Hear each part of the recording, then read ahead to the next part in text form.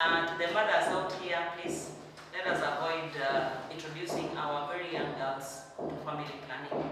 Because once they are introduced to family planning, that one you have introduced them to raw sex, open sex, that will give them, they'll end up contracting diseases.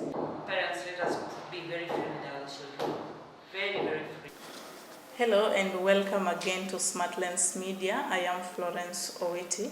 Today we want to discuss about GBV cases in Ouma Bay County, and as we all know, or as many may be knowing, Ouma Bay County has been leading in cases of gender-based violence for quite some time. Today we want to see the things that have been done to help curb the challenges, to help curb the situation and the challenges people have been facing, the organizations and of course the relevant authorities.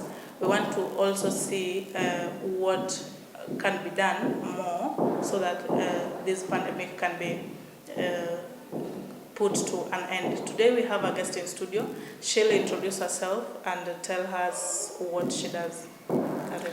Thank you so much, Florence, for inviting me to this channel. Good afternoon, viewers. My name is Honorable Commissioner Florence Ouma.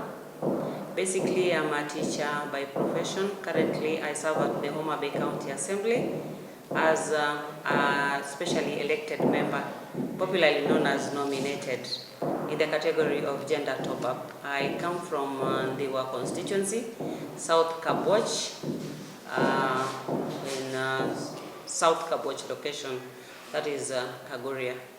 Thank you so much. Mheshimiwa, we understand that you've been championing for girl child well-being.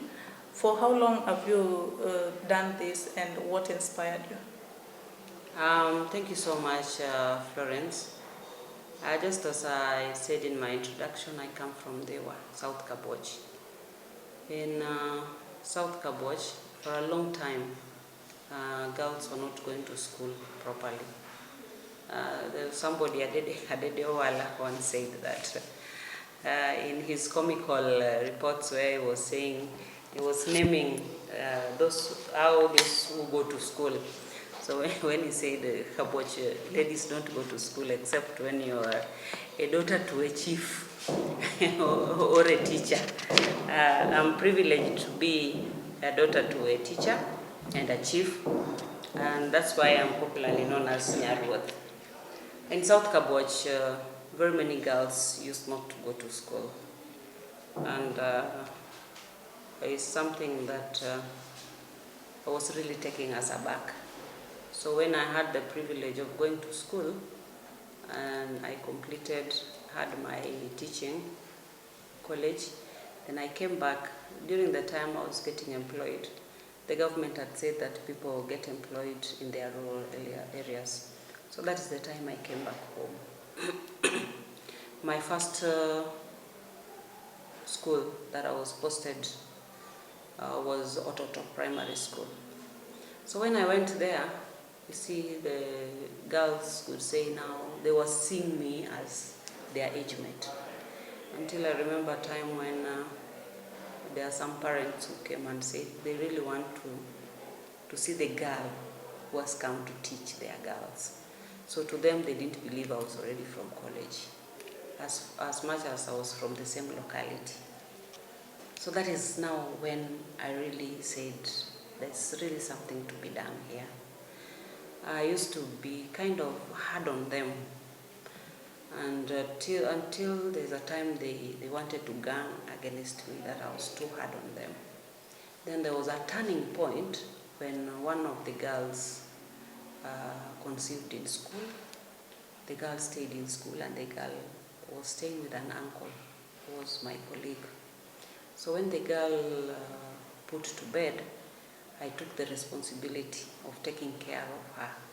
I took care of the child, and I bought every other thing that a mother could expect. So that is the time now they again came to my house. Those days we used to stay in school. They came to my house and said, Madam, they call me Madam Flo, because they see me as their age mates. Madam Flo, we have not really liked you for a long time. But we have realized you are the best of intentions for us.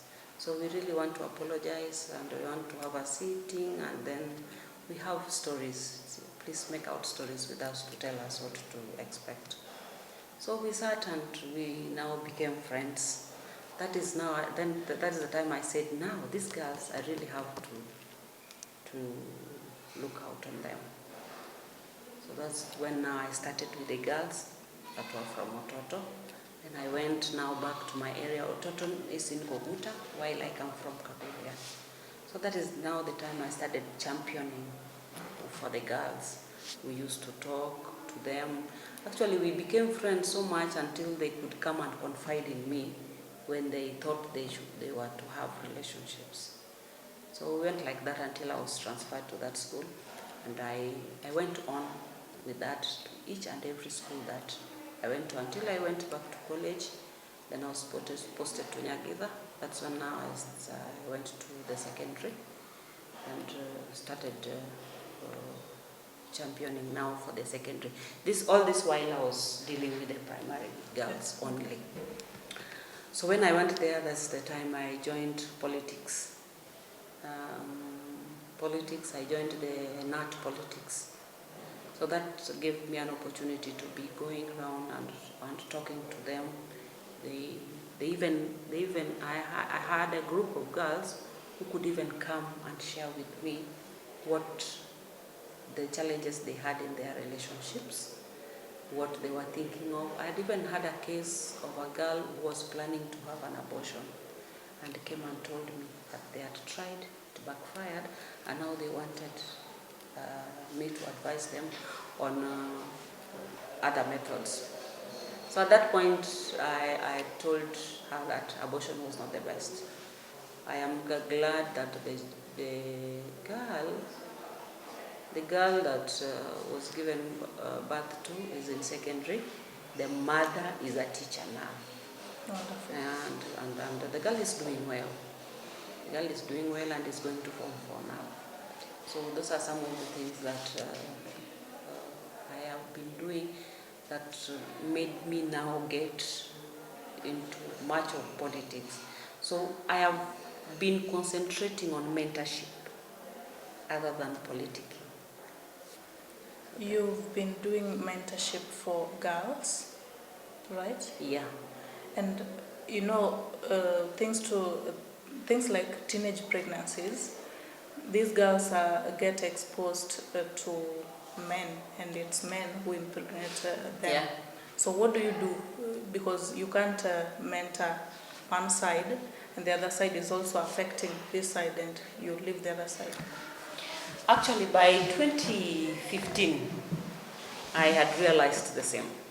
Because we talked to the girls, and the girls you go in front of them, before them, and you're about to speak, and they tell you, yes, we know you want to talk about the girl child. So we realized that we are leaving the boys behind. And these boys being left behind, actually they are being left behind even by the society. Because everything else was about the girl. And the girl felt like that everything has been said to them, and any other thing that is being said is repeated. So that's when I changed focus on talking to the boys. Because once the boys feel like they are left behind, they look for where to vent. One, they vent on the girls. Two, they vent on drugs. And another unfortunate third one, they vent on young women. So that's where you get that they have relationship with the young women so that they feel accepted. Yeah. They tell you that if you think I'm a boy, then don't you think I have a relationship with so and so? So accept me because I fit into the society. I want to invite any other person who is working on the mentorship field. Let us bring the boy child on board. So that we even encourage them to, their output is little compared to some 10 years back. You started mentorship as a teacher. Yeah. And you came into politics. Mm-hmm. And now you are an MCA. Yes. What do you do as an MCA in terms of mentoring girls and championing for their rights? One, we look for, like now that the exams were out, we look for some situations that need help. For example, we have the very bright ones who are beneficiaries of fins to swim. They are beneficiaries of wings to fly, of KCB and other things, even the Ministry of Education. But still, there are others who are still left behind. So we look for them and see if we can negotiate with the principals to accept and admit them. Both boys and girls. Remember, we are not leaving any behind. Yes. So when we do that, at least we go back to the family and ask the family members to help us take care of them. Because if we don't involve the family members, then we could be doing very little to help them. And what are some of the challenges you faced as a mentor and as a champion of the girl child? One of the major challenges we face is the families don't cooperate. For example, we may have a child, an underage child, who is pregnant. Then when we want to get the perpetrators, then they are covered up by the parents. So the parents say that, no, you see, it's a family issue. If we take this out, then it will boomerang on us as a family. So they don't want to mention. Until the child, sometimes we can even talk the child, but the child has been pressurized and has been told, at your own peril, should you say who is responsible for this. Some of the cases we find that the perpetrators pay the parents. So once they are paid, they don't want to say. The other thing is the parents feel that if they go into the public to say what is happening to these families, then they think that they will be outcasts. So they say, this thing is so shameful, let us just keep it to ourselves. That is a challenge. The other challenge is, I was sharing with a friend about this generation who feel like nobody has ever been correct other than themselves. See that? They think that now it is their time, they're the first people to be in such situations. So they feel like whatever you are telling them, to an extent that they disappear. And by the time they are coming back, they are mothers of one or two. Their families say, if you have a family, you know how you can survive, please go. So the other one is like the mothers don't agree to take care of the children when they go to school. They say, huyu kama alizaa and wants to take care of their alitaka, have done everything possible for them not to get pregnant, but eventually they did that, then this is what so they deserve it, let them sit there and nurse their children to the time that they feel like. So we have cases of where someone is nursing and they end up getting another child again. So yes, that one becomes very difficult to help because the parents are not ready to help in that. Whereas there are some who are ready and go back to school. Kuna wengine even they are with their children in school. Mheshimiwa, you talked about a child having a child and going to school, and the child is also going to school. I get pregnant at 17 years. I go back to school, maybe finish my Form 4 at 19 years, and go to college or university, finish my learning there, get a job, and now I'm seen as someone who is so special in the community. Now, when someone else gets pregnant in the village, their parents tell them, you look at so-and-so, she got pregnant and now she's somebody in the society. Is this thing an encouragement or how is it? Are we encouraging these girls to get pregnant? Please get pregnant because the other person got pregnant and continued. Yes, yes. Well, it's twofold. It's twofold because someone may say, yeah, you see, Flo got pregnant, Flo is back, so I can also get pregnant and continue. Yes. While on the other hand, the situation. If the children, the girls get to know the exact situation that is there, because the girl, the mother, the what do we call them? The parent mother, the parent child. Yeah, it's the parent child. The parent child. The parent child has to get involved in two major activities. One is babysitting, and the other one is learning. You see that? Yes. So if this person had concentrated in learning, then the person would have done better. Yeah. See that? Sure.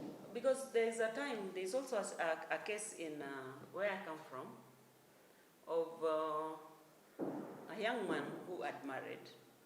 He had 2 wives, and he decided to get back to school. So he went to KMTC. He went back first to secondary, then KMTC, then came back. And that time I was fortunate to be working at the Public Service Board as a commissioner. So he was employed during that time. And he's one of the people who were very key. We were very interested in getting employed. So you see, other boys may say, if so-and-so married and went back to school, so I can also do the same thing. Yeah, sure. But you see, now we use the very person to help us talk to these people and tell them it's not as easy as ABCD, because it's added responsibility. Yeah. Yeah. Okay. And recently there was a case in Nairobi where a young lady was slain, and after her death, now things started coming up. Ladies started confessing about escaping death in the hands of the same man who allegedly killed this young lady. What do you think can be done so that at least young women or any other person who is experiencing GBV can find somewhere to at least talk and find help? First of all, it was a very unfortunate incident, and I pray that her soul rests in peace, so that the family, I also pray for the family to find peace that surpasses human understanding. It was a very unfortunate event, but I want to encourage us, both parents and the young adults, or any other person. Parents, let us be very free with our children, very, very free, to an extent that your child, we want families where if a child commits a mistake out there, then the first person to come to their mind is their parent. Not that, what am I going to tell my mom, or what am I going to tell my dad? The first thing they should think of, calling the parent and telling the parents, Mom or Dad, I have gotten myself into this problem and I really want to come out of it. What should I do? So that now we are creating a very good relationship between the parent and child.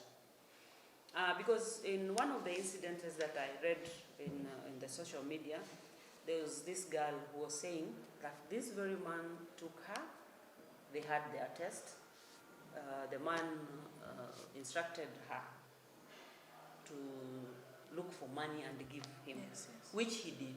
Yes. Then asked her to do the stuff and took video, and then told her that if she ever reported that, then that video would be Leaked. So you see, the only person like me, the only person I dread looking at my nudes are my parents. Because the first thing, if my nudes come out, the first thing that will be asked about your nudes in the social media is there any part of her family that is in social media? That's the first thing. Sure. But here is in a case where you are very free with your parent. Like that has happened. So the first thing is this person, Flo, are you able to go to your parent or even your brother or your sister and talk to them and tell them, you see, I have experienced this. And this person has said this. So the next thing that is going to happen is these things are going to get to social media. Yes. You see that? So when you come and say that, the first thing that will be done is they will report that. And this person, before leaking it, the person will be told, if we ever see this, then that will add to more of your punishment. And you see, if that lady had reported that case, then the lady wouldn't have died, because this guy would have been apprehended. You see that? So let us be a society where have someone where you have your safe space. If anything you think of and you think of Florence, can Florence have this safely? Can I confide in Florence? Then you go to that person and confide. There's not even a single thing that has never happened. Every other thing that is being done is repetition. So any person who feels perpetrated, let them go and report it, even if it is to the parent, the sister, the friend. So it is important for us as individuals. Can you make sure that there's someone has a friend in you? We take individual responsibility to be a friend to someone, so that whenever that person gets into problem, then this can happen. Otherwise, we wouldn't have had such a case go. Okay. Yeah. And I believe you know that Homa Bay County has been leading in GBV cases and the triple threat. Is there a safe space that has been created by the government of Homa Bay to help these young women and any other person? Yes, there is. Is it functional? Yes, it is. Where is it situated? It's in Homa Bay. There is the Women's Center in Makongeni, just up the hill. Yes. How does it operate? It's an institution that has been opened. We have counselors there who go. Then you can go and be counseled. You can be admitted there. What about in the case where I'm married, for example, and my husband is so violent and he has spies around that I can't even go to that institution and report his cases? What do I do in this case? That one still translates into what I said. You have someone you can confide in. You see that? Yes. Because there are cases where a woman is not even allowed to own a phone. Yes, yes. There are cases like that where you're not even allowed to go to the market. Sure. And if that is the case, then I don't think that is a healthy relationship for you as a woman. Because that one could be living with a narcissist. You're not allowed to have a phone, you're not allowed to go outside, and you're a human being. And remember, as human beings, we are social beings. Yes. Yeah. Who operates without social contacts? No. So that definitely, even if the person is not beating you, that already is, I think it could be, I don't know whether it's a soft copy of violence. Okay, and do you think there can be a number generated so that in the case that I can't go outside, I can't socialize freely with people, I can reach out to the institution via phone? Yes, there is. Okay, maybe just give us a parting shot as we end this. Okay, thank you so much. I would love to encourage our young people to be free to talk. Please always have someone you talk to each and every time. I'm also asking the boys. I usually tell my listeners that when I was growing up, it was the boys who used to take care of us. Your brother would not get you standing anywhere with a man and let you go scot-free. Sure. So it is that responsibility that I'm asking the men and the boys. Please take care of your girls. Take care of your sisters, so that in future when they go to the university, even if you are interested in having a relationship with a girl, let your sister go to the university and get her friends there and bring for you, so that when you're going out, you go out with educated girls. Yes. To the mothers out here, please let us avoid introducing our very young girls to family planning.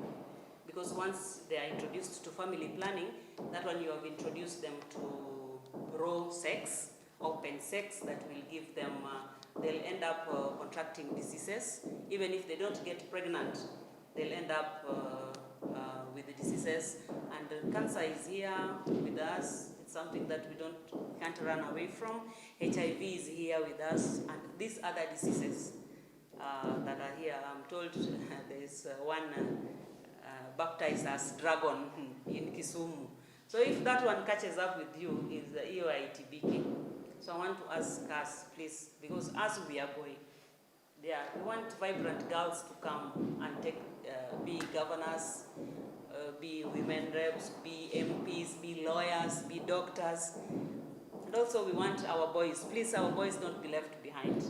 Let us take the responsibility. Msiwache wasichana wanaenda na nyinyi mnabaki nyuma.